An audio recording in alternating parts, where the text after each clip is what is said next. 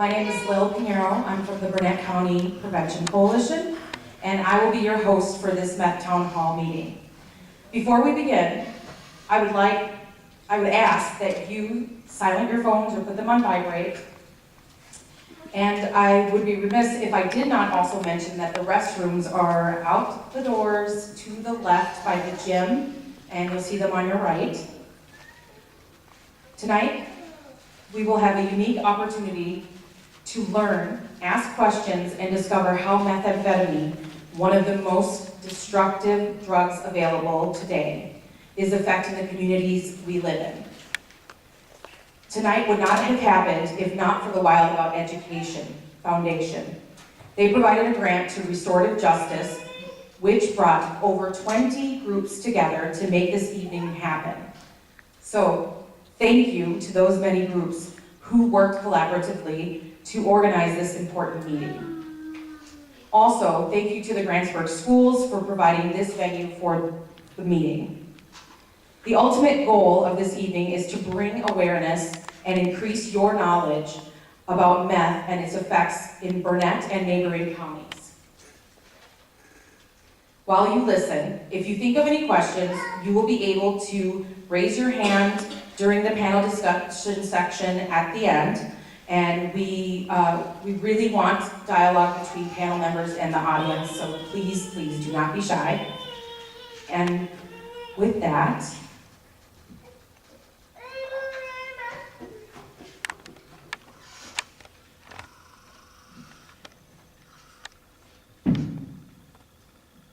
my name is Meth. I destroy homes, I tear families apart, I take your children, and that's just the start. I'm more costly than diamonds, more precious than gold. The sorrow I bring is a sight to behold. If you need me, remember I'm easily found. I live all around you, in school and in town. I live with the rich, I live with the poor. I live down the street and maybe next door. I'm made in a lab, but not like you think. You can be made under the kitchen sink, in your child's closet, and even in the woods. If this scares you to death, it certainly should.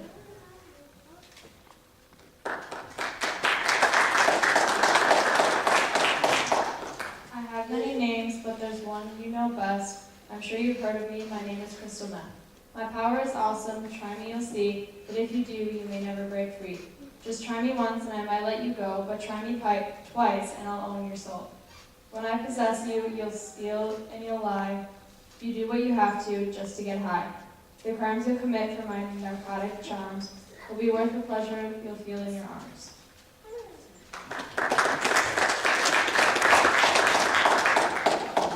You'll lie to your mother, you'll steal from them too. When you see their tears, it should make you sad. But you'll forget your morals and how it should be. I'll be your conscience, I'll teach you my ways. I take kids from parents and parents from kids. I turn people from God and separate friends.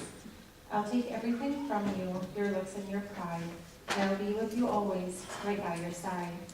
You'll give up everything, your family, your home, your friends, your money, then you'll be alone.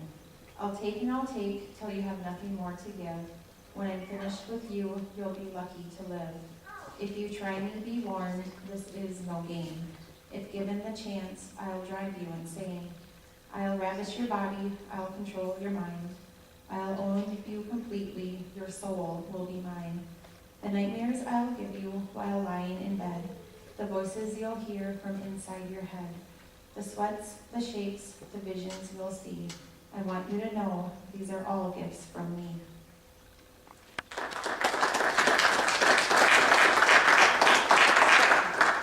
But then it's too late, and you know in your heart, you are mine, and we shall not part. You'll regret that you tried me, they always do, but you came to me, not I to you. You knew this would happen, many times you were told, but you challenged my power and chose to be bold. You could have said no and just walked away. If you could live that day over, now what would you say? I'll be your master, you'll be my slave. I'll even go with you when to your grave. Now that you have met me, what will you do? Will you try me or not? It's all up to you. I can bring you more misery than words can tell. Come take my hand and let me lead you to hell.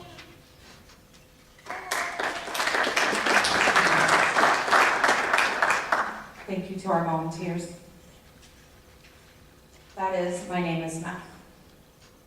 To start us off tonight, we have the Burnett County Sheriff, Ron Wilhelm. Ron, I turn it over to you.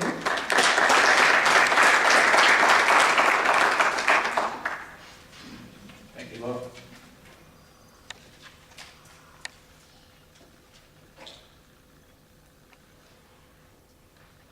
Why don't you we're going to hold this slide here for just a few minutes. I want you to take a look at it. There's a lot of interesting characters, not so much the guy down the lower right, but the rest of them. That's a lot of arrests that we've made here in Burnett County, all of them methamphetamine related. In the top left over there, you'll see that there was a high-speed chase that originated over in Washburn County, ultimately wound up in our county. A young lady threw out a weapon. I don't recall the caliber anymore.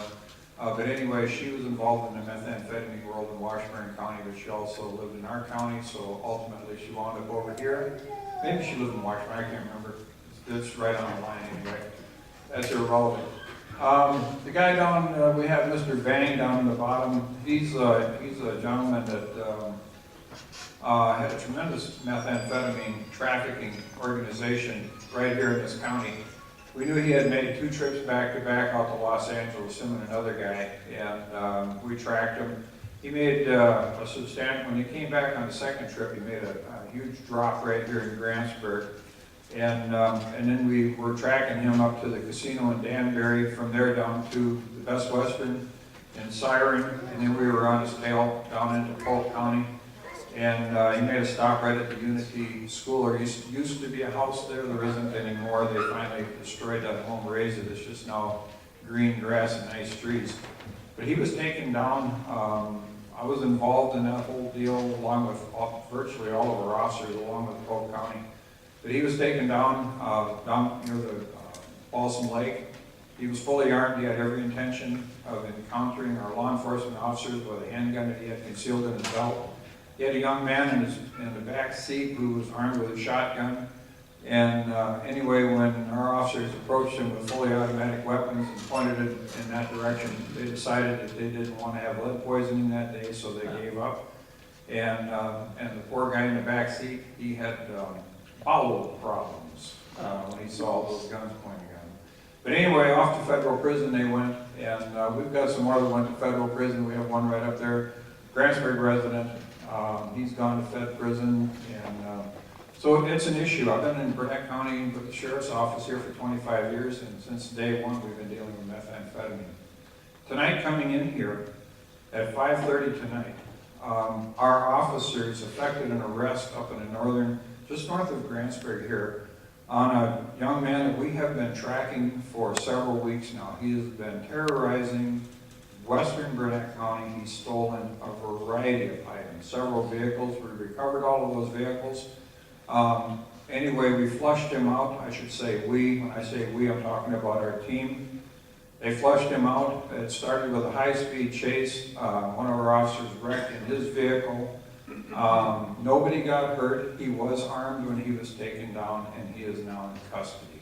So thank goodness for that. Out of that, and that's why you do not see Detective Finch here, because she's involved in that investigation as it's ongoing right now. And he's a meth user.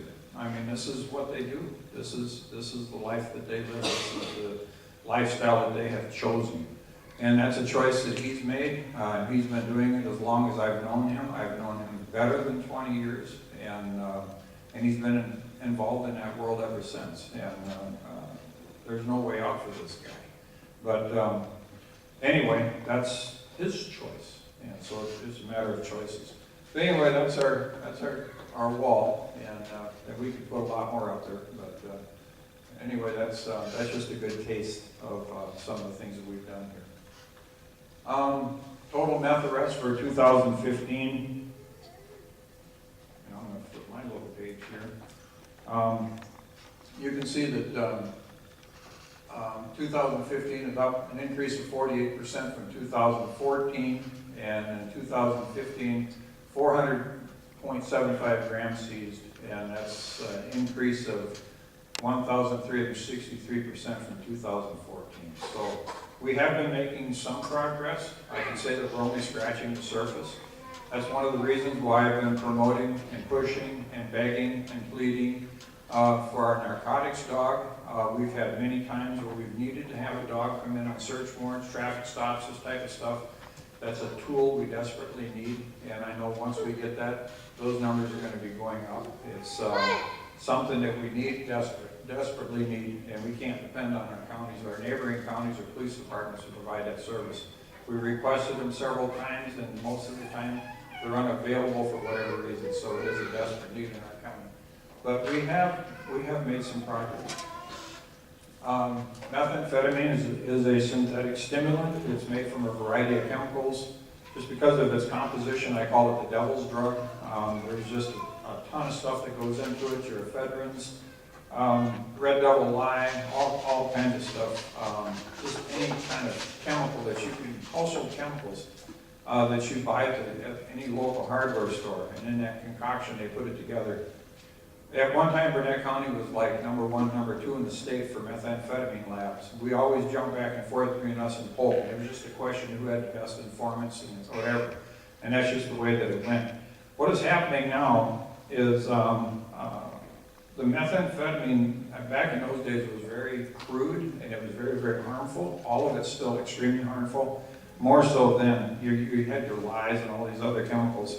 Now the stuff is being made in super labs down in Mexico. And it's a more refined composition than what was being manufactured back, say, in the late 90s, early 2000s. Composition has been purified. Doesn't mean that it's any better. It's just been simply that, purified. And it's a lot cheaper to make in Mexico than it is to make it up here. Some of the laws that we finally got passed as far as your ephedrins, that type of stuff, it takes 1,000, 1,000 little caplets to make one batch of methamphetamine. And anyway, and you have to come up with the anhydrous ammonia and all this other stuff. So they simply just don't make it here because it's not cost effective. But some of the environmental effects you see down at the bottom, 5 pounds of toxic waste is created for every pound of meth. And that's so true. And I still hunt through this area, and I go out and about, and I'm still finding remnants of old meth labs where people have just dumped stuff out in the woods. I know that a lot of the other hunters may not recognize what this stuff is, but I do. And I see it all around Creeks Meadows. I see it up in the Governor Knoll State Forest, and I see it down in Anderson Township. And I'm just out grouse hunting, partridge, just going through, or deer hunting, or whatever, and then I come on this garbage out there. I know what happened out there, I know what's there, and it just sickens me, but that stuff is still out there. But that's the world we live in. And there we go, we covered that. This is what some of the stuff looks like. Over here this is what the caplets look like that takes, when they make that batch of methamphetamine, and your little bulbs that you can buy in any head shop. The stuff is not illegal to purchase, or illegal to sell or purchase. It becomes illegal once it's contaminated with methamphetamine, and we can get the residue out of it and bring it before our criminal justice system. The little packet over on the right, that's a good example of what meth looks like. Down on the bottom is a variety of pipes. They smoke it, inhale it.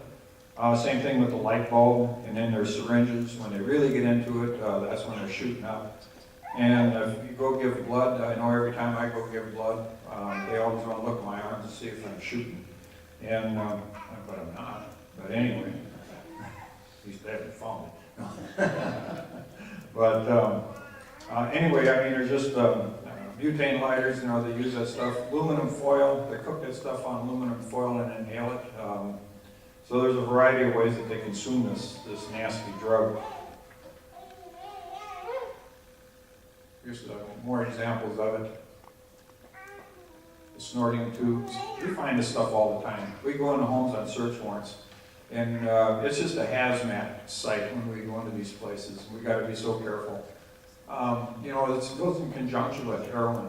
And so, I mean, you know, you never know what you're dealing with until we get in and start running tests on this stuff. You know, what do we have here? And most of the time here in Burnett County, Polk County, you know, we're running into methamphetamine. That's just what they're doing.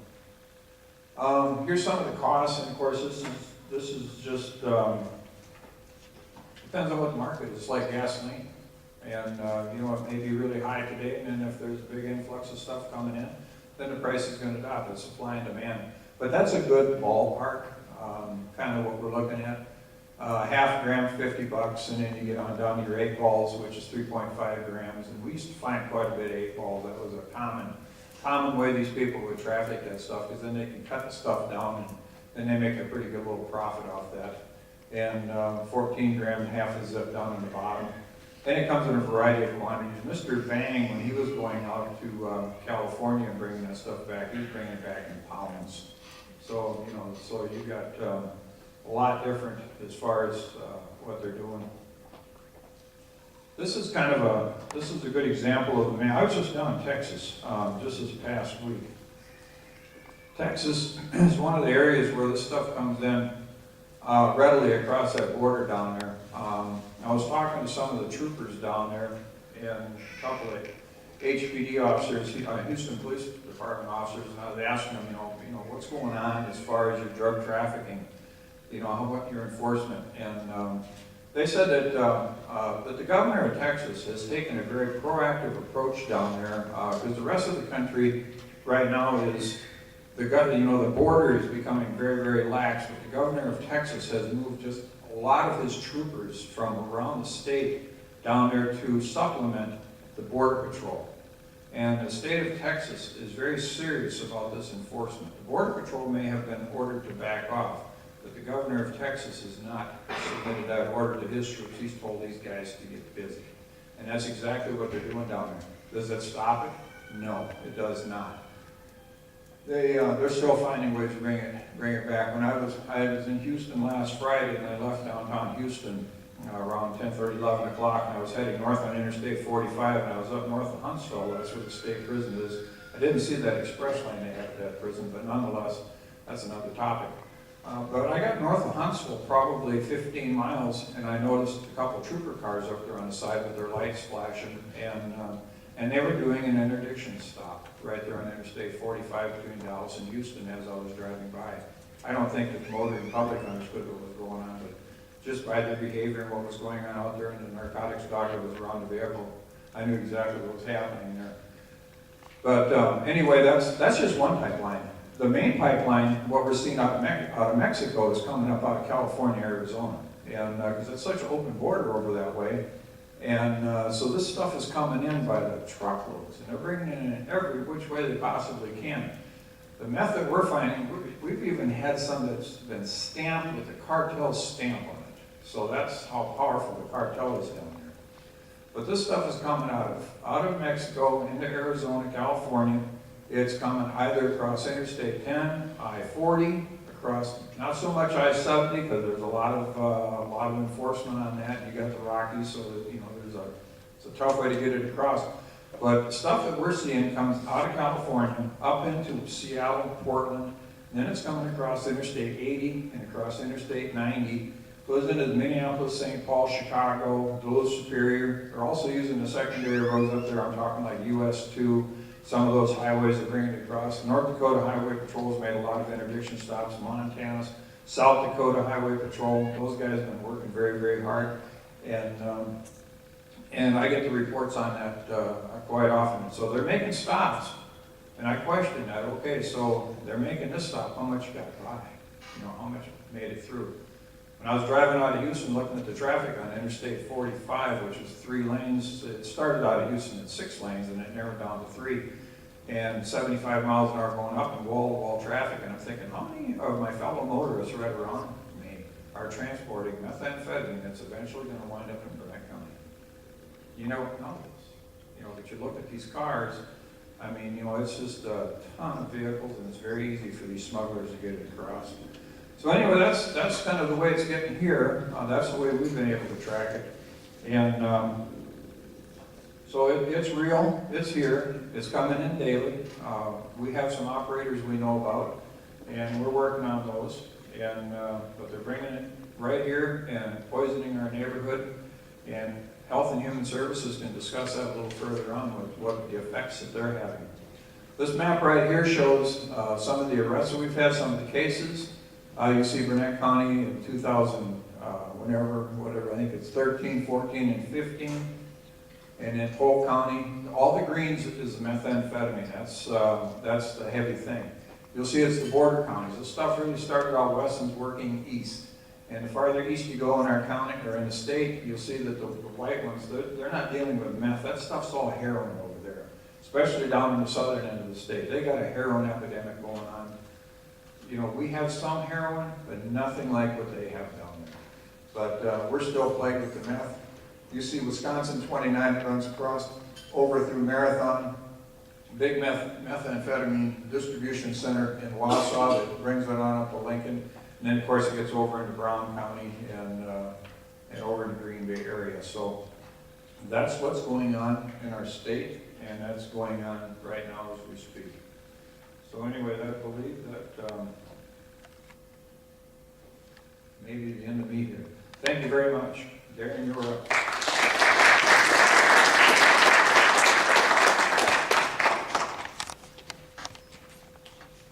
Of course, I just put the podium all the way on the other side of the stage and to hobble on to.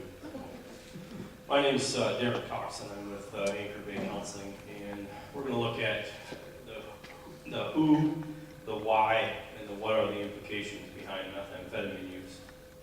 So I appreciate you all coming out tonight and really opening up discussion on a topic that is significantly impacting our communities. I'd love to see a whole lot more people here tonight because of the impact that this is having, and it's very important that we don't turn a blind eye to the reality of what we're facing in our communities. That's why we're all here.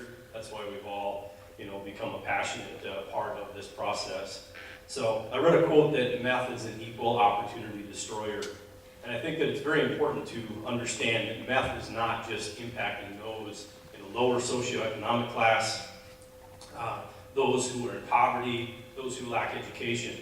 It doesn't care how much you make, it doesn't care where you live, it doesn't care what your last name is, it doesn't care what your reputation is.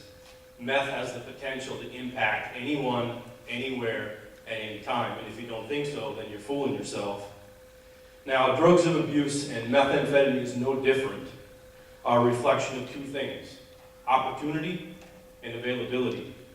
People produce and sell methamphetamine because guess what? There's a demand for it in the communities that we live in. It's readily available, it's not difficult to find, and it will continue to be available, and they'll continue to be sold in our communities until the demand reaches a point where it no longer warrants it. So when you ask the question, who's using methamphetamine, my answer is simple.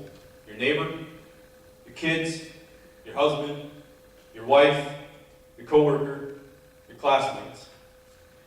Now when we ask the question about why people are using methamphetamine, I don't stand here tonight and completely understand the why behind meth use. Because when I ponder for a second what goes into methamphetamine, you look at the ingredient list, and under any other circumstances, those ingredients would be classified as poison. And yet, we ingest it. It goes into our body.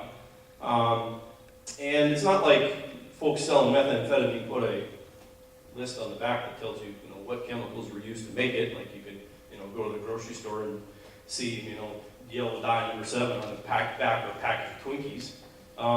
But you've got ingredients that include ether, paint thinner, freon, acetone, anhydrous ammonia, which is fertilizer, iodine crystals, red phosphorus, drain cleaner, battery acid, and lithium. So when I look at that chemical concoction, I don't fully understand what would compel somebody to use methamphetamine. But if you talk to people that have used meth, the consequences never outweigh the benefits.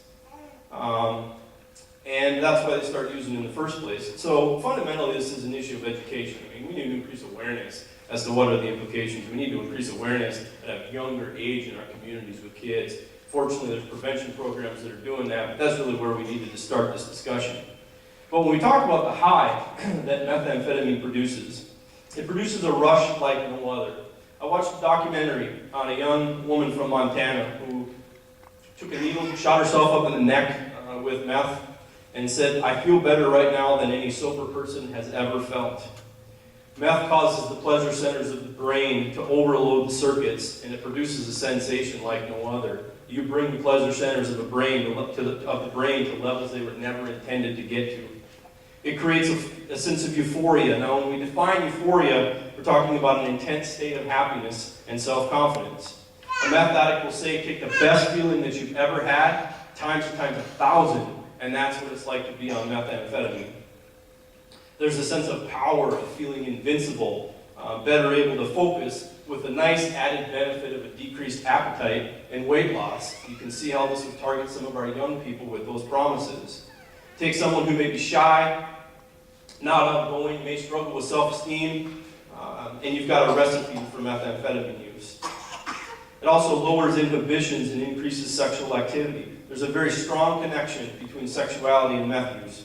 Users will talk about how meth use preceded marathon sex sessions that were with multiple partners in high-risk situations. This oftentimes leads to the exploitation of women as women find themselves in vulnerable positions as they seek to maintain and continue using methamphetamine. So what do you look for? There's some telltale signs with methamphetamine use that aren't difficult to recognize if you spend enough time around the person. Meth can take a high-functioning person and reduce them to a homeless, jobless, childless, in-jail felon in a matter of months. And the downward spiral is quite precipitous. Some things to look for. Number one is not caring, whether it's personal appearance, their behaviors, the impact of others. It's like people begin to lack a conscience. They're not looking at the implications of their behavior. You're now dealing with a self-focused person on a path of self-destruction. Now notice that I said self-focused and not selfish. Methamphetamine use and addiction in general is not a reflection of character flaws, okay? It's fundamentally a disease, and until we begin to treat it and view it like that, we're going to have stigmas associated with it. Number two is a loss of role responsibility. You're no longer able to take care of your basic day-to-day role functionings, including job performance, academic performance, parenting responsibilities. Now, what really grabbed my attention with regards to methamphetamine is where you see moms who, when given the choice between getting help and keeping your kids versus continuing to use and lose your kids, and they choose using over their kids, you're talking about a substance that is short-circuiting the maternal instinct, one of the strongest natural drives that we have in our society. One addict said that my girls meant nothing to me. Meth meant more. The physical changes, if you were here, you were able to see some of those nice, beautiful pictures of, perfectly straight teeth, perfectly clear skin. Hardly. Meth does damage to the body that's beyond compare, and that's because of the ingredients that are in it. The emotional changes, being around somebody who gets angry and more easily frustrated. Wide-ranging, rapid mood swings. And there's always the telltale crash after using. Now, the crash is caused because of what methamphetamine does to the brain. It depletes the brain's ability to self-regulate. And meth users will go to great lengths in an effort to avoid the implications associated with the crash. And finally, there's a loss of values. The honor student who's now failing, the upstanding member of the community who gets popped for swindling his parents, the scholar athlete who steals his neighbor's chainsaw and then pawns it because he's got a new addiction, the mom who used to volunteer at school in the PTA, whose kids now live in squalor and are filthy. The changes in values that appear suddenly can be a clue of a methamphetamine problem. One addict to meth said this: there's no shame associated with this stuff. The lying, cheating, stealing, it was just all part of it. Here's some quotes from people that have struggled with methamphetamine addiction. I hate myself for doing it, but it just doesn't matter. I want more. I'd do anything for meth, including robbing my own dad. I'd sell myself if I had to. I don't do anything. I just float by with no responsibilities, only meth. Meth made every problem I had go away the first time. I would have killed my baby to get high. That's not me. I lost me. I would drink bleach on Friday to pass my UAs on Monday. The come down is horrible. The crash makes you want to slit your wrist. There's no comfort from the crash of meth except to use more meth. So what does methamphetamine do to the brain? Sheriff referred to it as a devil drug earlier, and that's for good reason, because when you dance with the devil, your day eventually is going to come to pay. Meth impacts the heart, blood pressure, but fundamentally it impacts the brain. Now, the body's an amazingly resilient tool that has amazing abilities to be able to recover and overcome the abuse that we put it through. And for the most part, some of the neurobiological effects that we're seeing with methamphetamine appear to be reversible. Now, I say for the most part because what we're seeing is 14 months post-use in PET scans, you're still able to see the areas of the brain that were impacted by methamphetamine use. So you're talking 14 months of sobriety, and we're still seeing the implications of somebody who's using meth. And that's part of the problem that we have from our treatment model, is we have a chronic problem that we treat with an acute care model. So from a funding standpoint, we gotta have access to funding that can treat this for a longer term. Until we do that, we're only scratching the surface of the ability to treat methamphetamine. Studies in chronic methamphetamine abusers have revealed severe structural and functional changes in the area of the brain that are associated with emotion, with memory, and cognition. Now, the final aspect of methamphetamine use that we really need to touch on, that we haven't so far, is what meth does to our families and our societies. We're robbing our kids of their parents. We're robbing our employers of employees. We're robbing our young people of their future. We're robbing our souls of their collective conscience. And finally, we're robbing our communities of pride.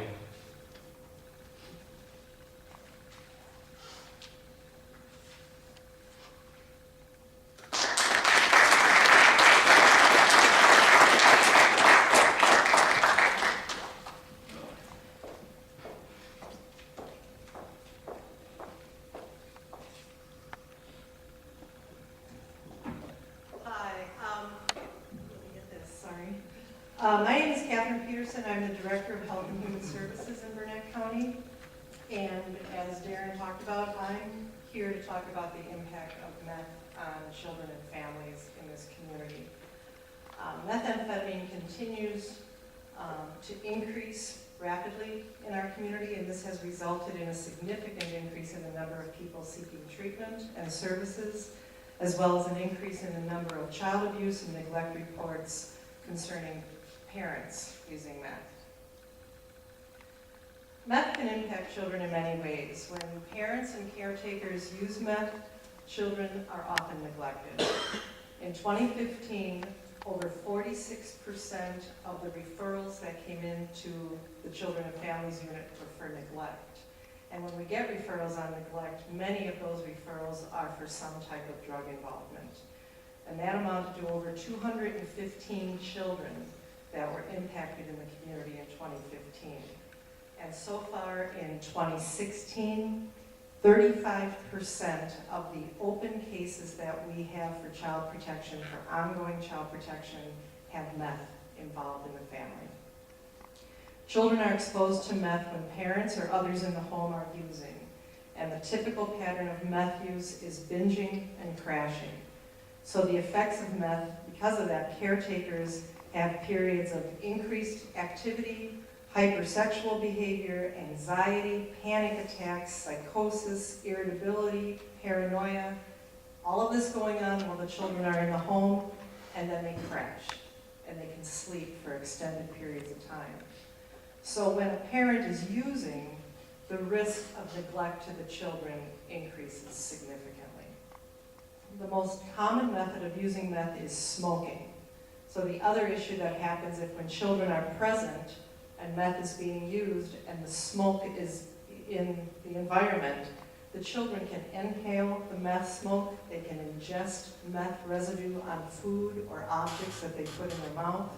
Especially babies are crawling on the floor, the meth residue can be on the floor, in carpeting, and it can also be absorbed through their skin.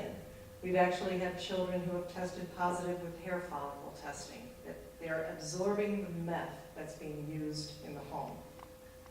Exposure to meth can lead to serious physical and developmental issues in children, including poor growth, learning difficulties, sensory problems, and emotional issues. We're also seeing a significant increase in the number of babies that are being born to mothers who are addicted to meth while they're pregnant.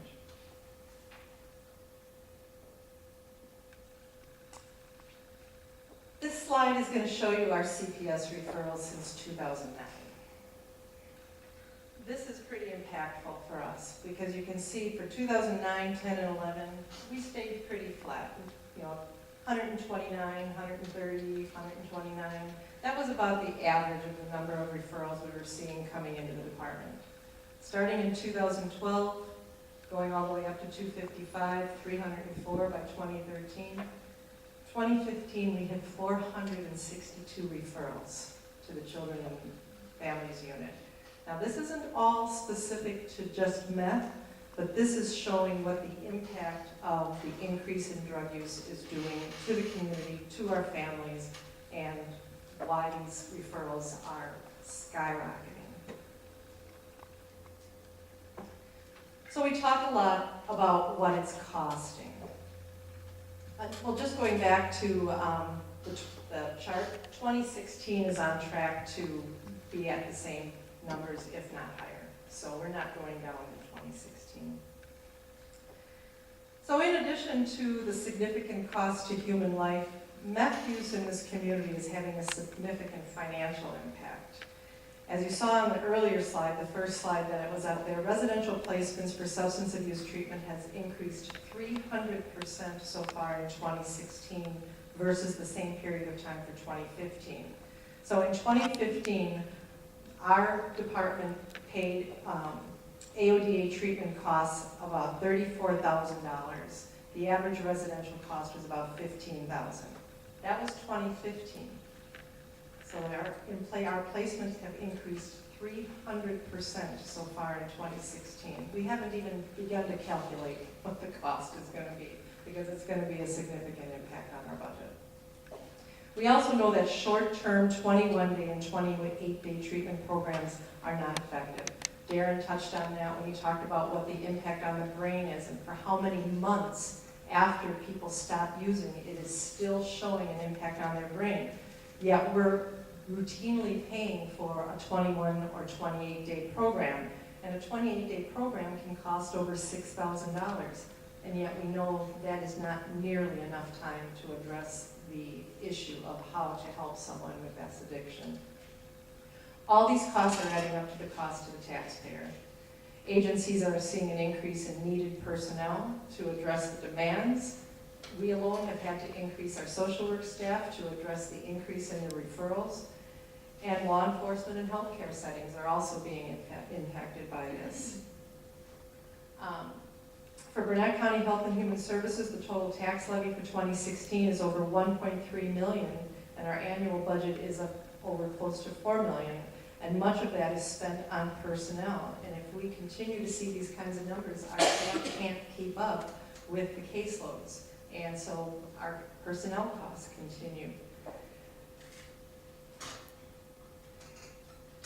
Property costs are also an issue, but I think the sheriff touched on that with what happens with the crime that is also associated with meth. It's also costing us our safe neighborhoods, our families, our friends, and our future. Our safe neighborhoods, we're seeing an increase in crime that in a small community is unprecedented. Where the amount of crime that the Burnett County Sheriff's Department is dealing with is continuing to increase. I think the number one thing that we're saying to people when you see this and when people talk about what the signs are, if you see something, say something. Because you don't know if there's a possibility that law enforcement's already been aware of somebody that they're keeping an eye on, or that we've already received 2 or 3 referrals on a particular family. But if you see something and you say something, it's very possible that that's additional information that we can use to start to get involved and work with families. Community awareness and partnership are going to be required to effectively address this social issue. And I think the last thing that we talk about and people often say is, well, what can you do? What's being done about this? Help is available through a variety of resources in the community. Health and Human Services provides meth case management services, and several community counseling centers have programs and services specific to meet treatment needs. We continue to provide community education like this to several communities in Burnett County to make people more aware. We're developing task forces and providing education in schools, and we're doing everything we can to bring awareness to the communities of what the impact of meth is. But help is available for people who want it, and there's several available counseling centers listed as well as additional ones, and help is really just a phone call away. You can contact the department and we can connect you to services. Thank you.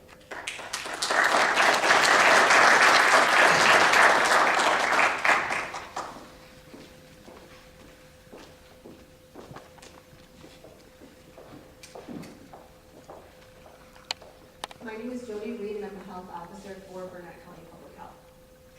I'm going to speak today about maternal substance use during pregnancy and what a serious public health concern that has become due to the association with several negative outcomes for babies. Meth use in pregnancy leads to increased rates of premature delivery, placental abruption, which is the separation of the placental lining from the uterus, small size, lethargy, heart and brain abnormalities, decreased arousal, increased stress, and significant attention impairments. Neonatal substance syndrome, or NAS, is a group of problems that occur in a newborn who is exposed to addictive opiate drugs while in the mother's womb, including heroin, codeine, oxycodone, and methadone. Instead of nutrients, these and other substances pass through the placenta that connects the baby to its mother in the womb, causing the baby to become dependent on the drug along with the mother. Because the baby is no longer receiving the drug after birth, withdrawal symptoms may occur, which can include excessive or high-pitched crying, fever, hyperactive reflexes, increased muscle tone, irritability, poor feeding, rapid breathing, seizures, sleep problems, slow weight gain, trembling, and vomiting. Withdrawal symptoms may also occur in babies that are exposed to alcohol, benzodiazepines, barbiturates, and certain antidepressants while in the womb. Babies of mothers who use addictive drugs that weren't mentioned can have long-term problems as well. There's no clear evidence of other drugs that may cause NAS, but they can contribute to the severity of it. Symptoms often begin 1 to 3 days after birth, but can take up to a week to appear. Because of this, babies can either stay longer in the hospital for observation and monitoring up to a week. While they're in the hospital, the healthcare team will watch them carefully for any signs of withdrawal, feeding problems, or weight gain. Babies who are dehydrated may need to get IV fluids, and some babies with severe symptoms may need medicines like methadone or morphine to treat the symptoms. Even worse, some babies that are exposed may not show physical symptoms until they're at home, making it much more difficult for the parents or caregiver to understand or handle what's going on because they may not know why the symptoms are happening. This map shows the NAS, or neonatal abstinence syndrome, rates across the state of Wisconsin for all births from 2009 to 2014, which included any births that happened in Minnesota. If you look up there, Burnett County has a rate of 11.7, which is the 5th highest across the state. Other complications. Drugs and alcohol use during pregnancy can lead to many other health problems in the baby besides neonatal abstinence syndrome, possibly including birth defects, low birth weight, premature birth, small head circumference, sudden infant death syndrome or SIDS, or any problems later on in development that can go into childhood or adulthood.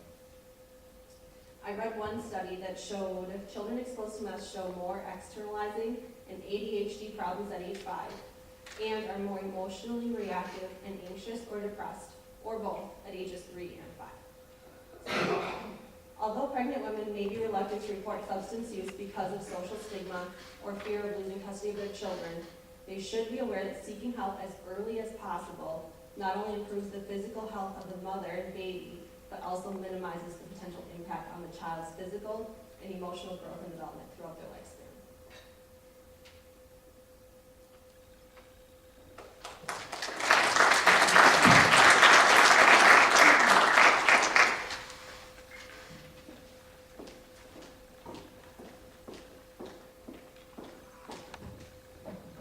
Thank you. I'm William Noreen. I'm in my 9th year now as Burnett County District Attorney, and I'm going to talk again briefly about how are we handling these cases in the judicial system. And that's a question that obviously all of this stuff is going to raise. Specifically, how do we, and I hate to use the word, but I have to plea bargain these cases. And some of you might say from the outset, why do we plea bargain at all? Why don't we just try all of the cases that we get, and why do we engage in plea bargaining? It's almost a bad word in some sense, but the answer is somewhat complicated. But first of all, we have something like 700 cases a year that we charge out, which reflects what we have in my office. We like to call it a zero tolerance policy for criminal behavior. If there's a crime, we're going to charge it. That's not the case, let's say in Milwaukee County or other larger counties where, frankly, a lot of misdemeanors are not charged. Prosecutorial discretion is exercised against charging. So it does reflect the fact that we do charge out a crime if it occurs, subject to some modest discretion. So 700 cases, but of course there's only 135 or so trial days available on the calendar in a given year. So that would mean that if we're going to try all of the cases that we charge out, we could only charge out 135, which would mean that something like 90% of offenders are going to have no accountability whatsoever, and there's going to be no charges at all. So it is a trade-off. We cannot try all our cases. And finally, nationally, even those cases that go to trial, 30% nationally are acquitted after a jury or bench trial. Now, fortunately, our rate is higher here in Burnett County, I'm happy to say, but nationally, you're not going to win every case. So that's why we do it in the first place. And that's why we do that. So how do we approach cases involving methamphetamine for plea bargaining or settling the cases, knowing that we can't try all the cases that are referred? Now, Wisconsin is not a guideline state. That is to say, there are no sentencing guidelines in Wisconsin. There are in Minnesota.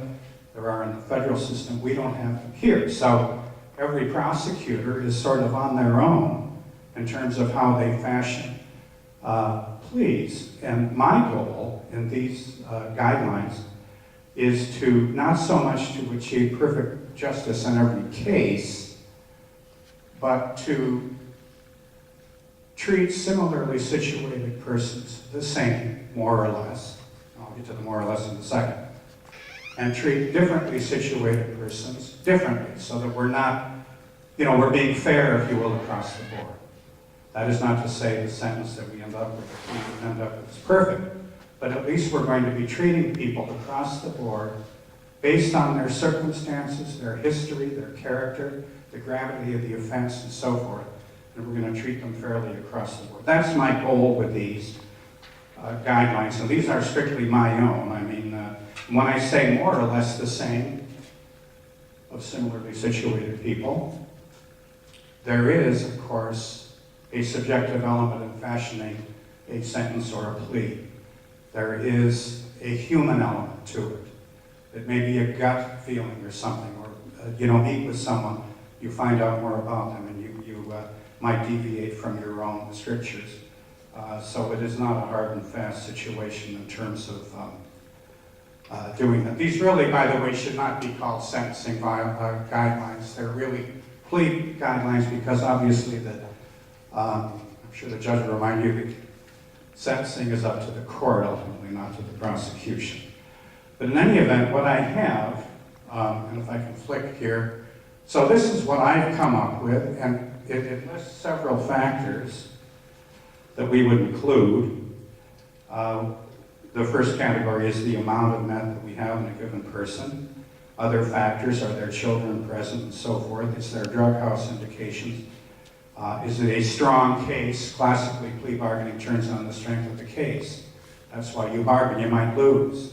And that's traditionally why we plea bargain a case. Do we have problems of proof? What is their criminal history and cooperation and so forth? So what I have, and I'll toggle back and forth probably, I'm going to go through a couple of examples just to show how we might apply these in a given case. And this is the grid here. But scenario number 1 I'm looking at first. And I'm only going to go through 2 of them. Now these are real cases. These are actual cases. I've omitted the names to protect the guilty, I guess, but scenario number 1, the subject arrested during a traffic stop for obstructing, giving a false name, transported to jail, turned over to corrections staff. During processing, a plastic baggie containing a crystal rock that tested positive for meth fell out of her shirt. It weighed 0.40 grams. The subject has 4 prior misdemeanor convictions and a prior conviction for possession of meth, has expressed an interest in drug court. So what I do, just to run through, I apply my grid then, and this is where we end up with that person. We get points. First of all, this is a small amount. It's 0.25, between 0.25 and 1.8 grams. There is a prior meth conviction, so that gets 2 points. There are also 4 prior other criminal convictions, 4 points. But then I'm going to subtract 3 here for a rather equivocal desire for treatment. And that is a mitigating factor, so I end up with a 6. And then I end up with, on the grid, I guess, that's the next scenario, let's see here. On my grid, then I end up in the middle there. I end up with 2 years of probation, 30 days sobriety, jail, as a condition considered referring to a diversion program in lieu of jail or other penalties. Now, that's just a guideline, obviously, on that scenario. Now, here's a totally different one. That's scenario number 2. Scenario 2, and again, these are real cases. They are actual cases. We have a person visiting the subject's residence